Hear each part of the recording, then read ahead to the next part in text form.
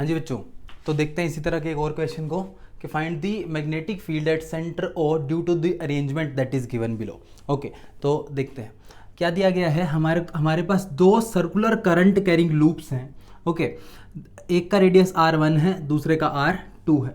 Centre के ऊपर हमें मैग्नेटिक फील्ड निकालना है। ध्यान रखने की बात क्या है इस चीज़ के अंदर कि जो इनर सर्कल है उसके अंदर करंट जो है हमारा एंटी क्लॉकवाइज है, और जो आउटर सर्कल है उसके अंदर करंट जो है हमारा देखो तो क्लॉकवाइज है। अब आपको बताना है इसकी वजह से इस पूरे अरेंजमेंट की वजह से ओ के ऊपर कितना मैग्नेटिक फील्ड आ रहा होगा। तो सबसे पहले मैग्नीट्यूड निकालते हैं, फिर डायरेक्शन का सोचेंगे, फिर एडिशन करने का सोचेंगे। सबसे पहले इनर लूप की वजह से, ठीक है। तो magnetic field due to inner loop की वजह से मैग्नेटिक फील्ड जो है वो कितना आ रहा है, ये देखो कैसे आएगा। बी, इसको हम लोग B1 से रिप्रेजेंट कर देते हैं, तो वो आएगा mu not I by 2 times R1, इतना ही आना है, दैट्स ऑल। अब आउटर लूप की वजह से निकालो magnetic field due to outer loop, B2 बोल देते हैं इसको, तो वो आएगा mu not I by 2 times R2।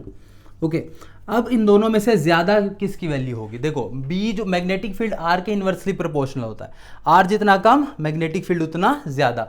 तो R किसका ज्यादा कम है? इनर वायर का ज्यादा, इनर लूप का ज्यादा कम है। तो therefore B1 is greater than B2 in magnitude की बात करूं तो मैं, B1 is greater than B2 in magnitude. अब देखते हैं इसकी डायरेक्शन क्या आ रही है, फिर देखते हैं इनको ऐड कैसे करना है वेक्टर में हमें।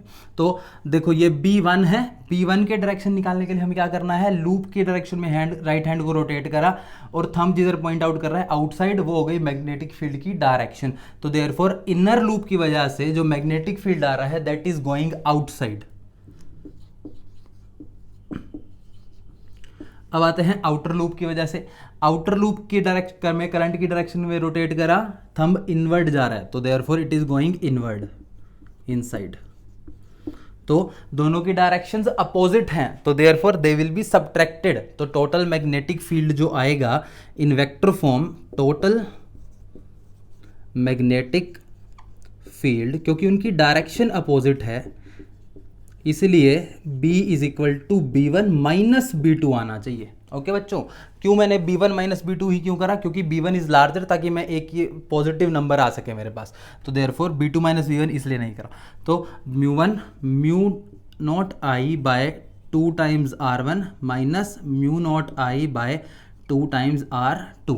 जो चीज़ें कॉमन आ रही हैं उनको निकाल लो, तो फॉर्मूला आ गया आपके पास mu not I by 2 bracket 1 by R1 minus 1 by R2।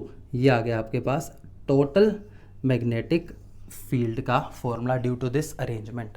Okay, देखते हैं इसी तरह का एक और क्वेश्चन।